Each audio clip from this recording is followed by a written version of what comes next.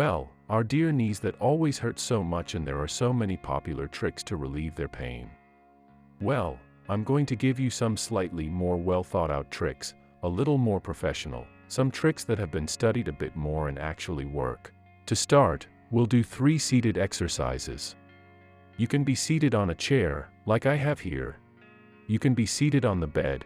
You can be seated on the floor, whichever you prefer. I'm going to do it on the floor because I feel comfortable, but you can do it wherever you want. Here we go. So, I sit comfortably, and what I'm going to do, I'll demonstrate it on one leg. You do it on the one that hurts, obviously, and we'll see it from above, which will give us a great view. Well, the first thing I'm going to do is basically locate this part here, which is called the kneecap. These kneecaps need to move. Many times, knee pain occurs because this doesn't move properly, among many other reasons, of course. So, what I'm going to do is locate it and mobilize it. You can see clearly how I'm moving this little hollow up and down. Remember, should I continue even if it hurts? Well, there's a difference between pain and discomfort. If it's just discomfort, we can continue. If it's pain, you stop or reduce the pressure. It's important to understand the difference between pain and discomfort. So, I gently mobilize it. Regardless of any condition or pain you have, this will always be beneficial, and of course, we'll also do it sideways. Look to one side and the other. See how this little bone called the kneecap moves. Be careful not to let this happen. It's not the leg that moves, only this moves. The foot doesn't do anything. I'm still talking to the front camera. Mobilizing the kneecap will always be beneficial. Another thing that will be beneficial for everyone is to relieve or self-massage the muscles that reach and leave the knee. How can we do this? In 1,000 ways. I really like using a broomstick. Take the broomstick from your house, the one you have there, and hold it. Let me show you how we can use the stick for self-massage. We have the thigh, and what we're going to do is, just like kneading dough, we pass it over different parts of the thigh. From the top, we can see it clearly. Look, as if I were kneading dough to make something, we give ourselves a good massage on this muscle called the quadriceps.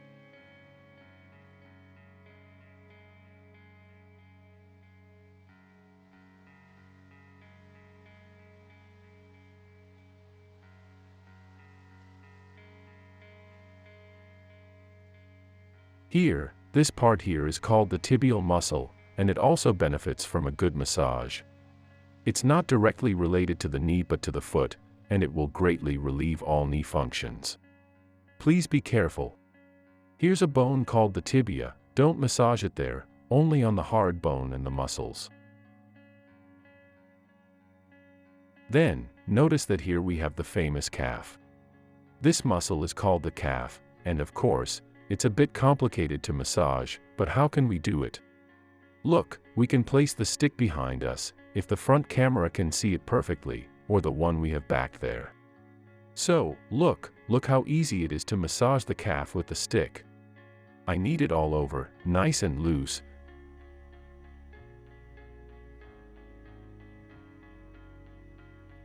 And look at this muscle here, the hamstring muscle. And what I can do is massage it by passing the stick over the back. In this whole area, and this part here at the back.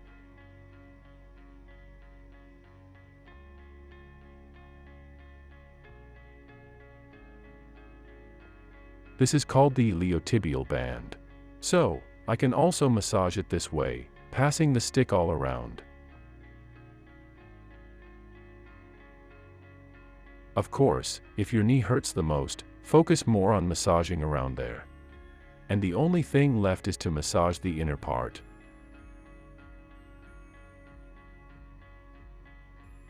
Find a comfortable position and massage the inner part.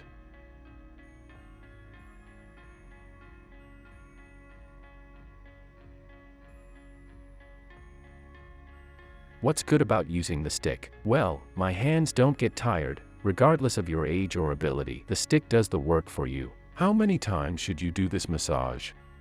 How long? It's difficult to say, to be honest, because we can't give a general recommendation, but continue until you start noticing that the muscles are gradually softening.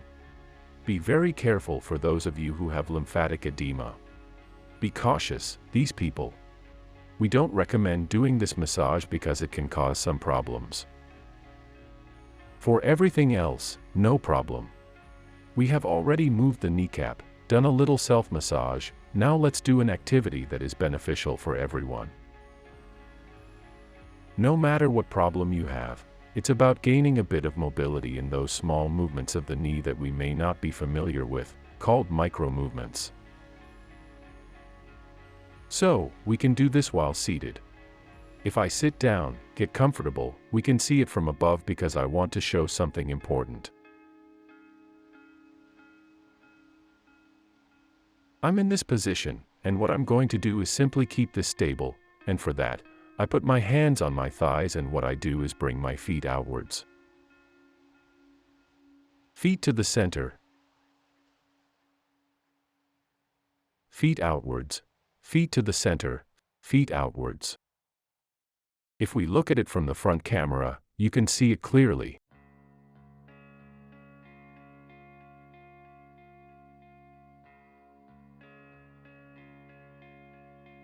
The objective is to keep this stable and only move what we have here, called the tibias, obviously.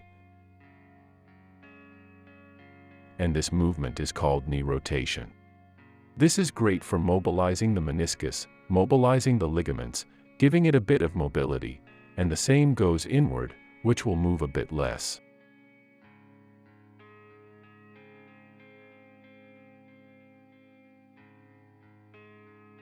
Look, now it stopped a bit, and I'm going inward, but be careful, I'm only moving my feet. We don't have to do this, we don't have to do that, it's something else. It's not what we should do.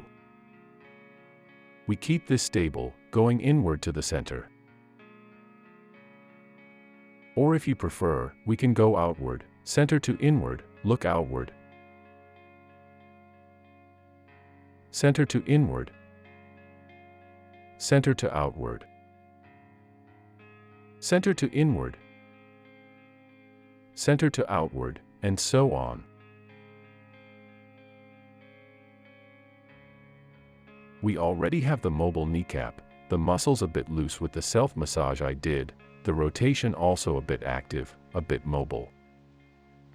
And now there's one more activity that is very simple, which is flexion extension, which we all know, and we're all going to do it, whether on a chair or on the floor, whatever you prefer. I do it on the floor because I like it more.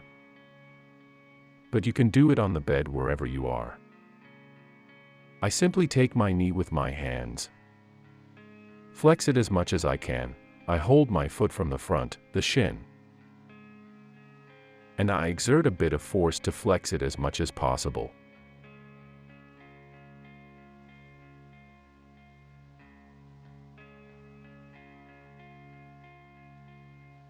By the way, I'm sitting properly, but if you see that your back is leaning back, you can lean against the wall with some cushions. That's it, as much as possible, I bend the leg, and bend, and bend, and bend.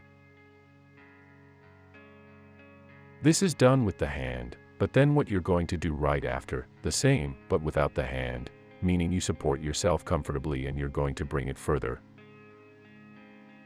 Further, further, without the help of the hand, as much as you can. You will reach a bit less, that's normal when you do it on your own, you reach less, when you do it with the hand, you reach a bit more. And the same, obviously, with the other leg. And the next thing you're going to do is this. To stretch the leg, you stretch it completely, and now what you're going to do is as if you wanted to bring this down and the foot up. See, you tighten this muscle and tap. Tap. What happens? Look, this goes down and the foot, what happens? It lifts up. This is beneficial for any condition, no matter what you have, anyone can do it.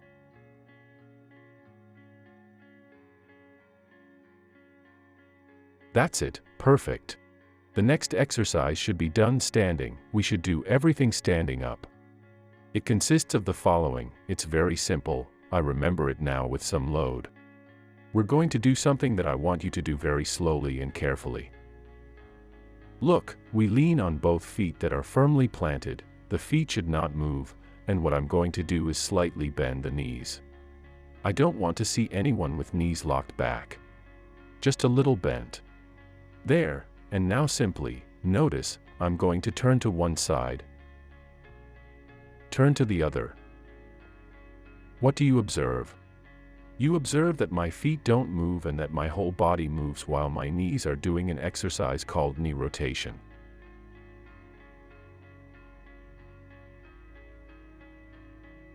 Please observe. I don't want this to happen to my feet, no.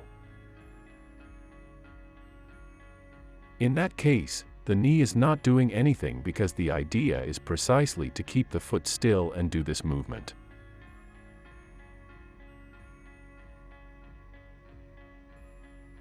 And as much as you can, as the final activity, as much as you can, the following will be beneficial for all of us. I have a wonderful wall bar here, but you can have a chair. You can have the door of your house. Something that you please confirm will not move. So, look, I show you my knee. I grab it.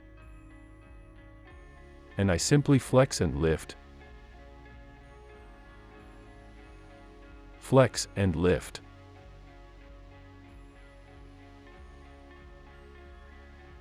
Notice, if your knee hurts or bothers you a little, perhaps instead of moving the knee forward, you move your buttocks backward. There and down, there and down. So, you have two options.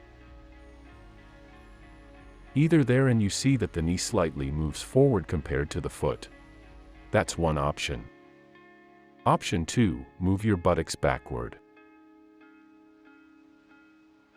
So, there you have plenty of exercises, plenty of activities that I'm suggesting to help improve your knee pain.